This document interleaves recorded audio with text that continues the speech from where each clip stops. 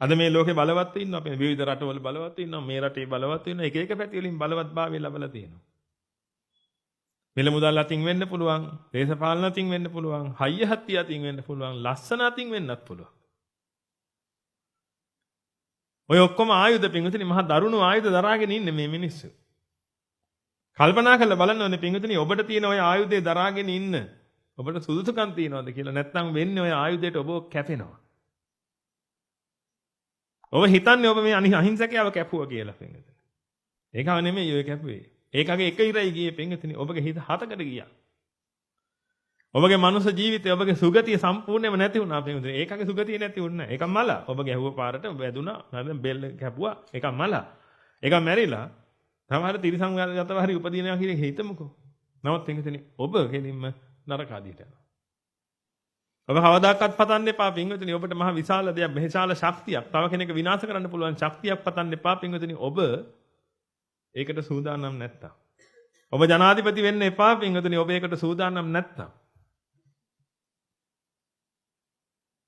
ඔබ ඇමති කෙනෙක් වෙන්න එපා ඔබ ඒකට සූදානම් නැත්තම් පිංගුතුනි. සූදානම් නැති කෙනෙක් ඇමති කෙනෙක් වෙච්ච හැමතැනකම පිංගුතුනි ඒ කෙනාගේ අවසානය අපාගත වෙලා තීරණය වෙලා තියෙනවා. ඔබට දවසක ඊරිදියක් හෝ මොනවා හරි ක්‍රමවේදයක් කරා ඔබට බලන්න පුළුවන් නම් පිංගුතුනි. Tamanට දරන්න බැරි ආයුධ දරාගෙන හිටපු මිනිස්සු දැන් කොහෙද ඉන්නේ කියලා බලන්න. ඒ කාන්දේම නරකාදීවල.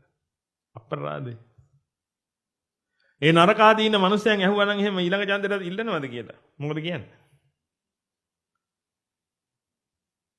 කෑග ගහ කියයි අනේ බෑ මට මං මෙතන ලොකු වැරද්දක් වුණේ කියලා. ඒකයි පිංගුතුනි ඔබ මේව හරියට තේරුම් ගන්න. එහෙනම් හොඳට මතක තියාගන්න පිංගුතුනි අපි හැමෝටම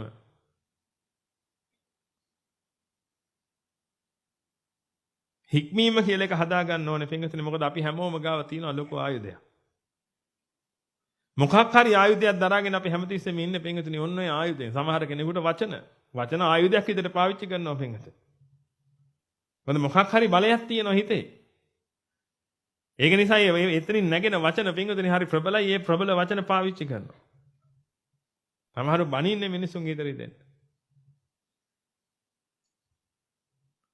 ගෙදර නැන්දම්මට තියෙන ලොකු බලයක්. මොකද හේතුව ගෙදර අම්මයි.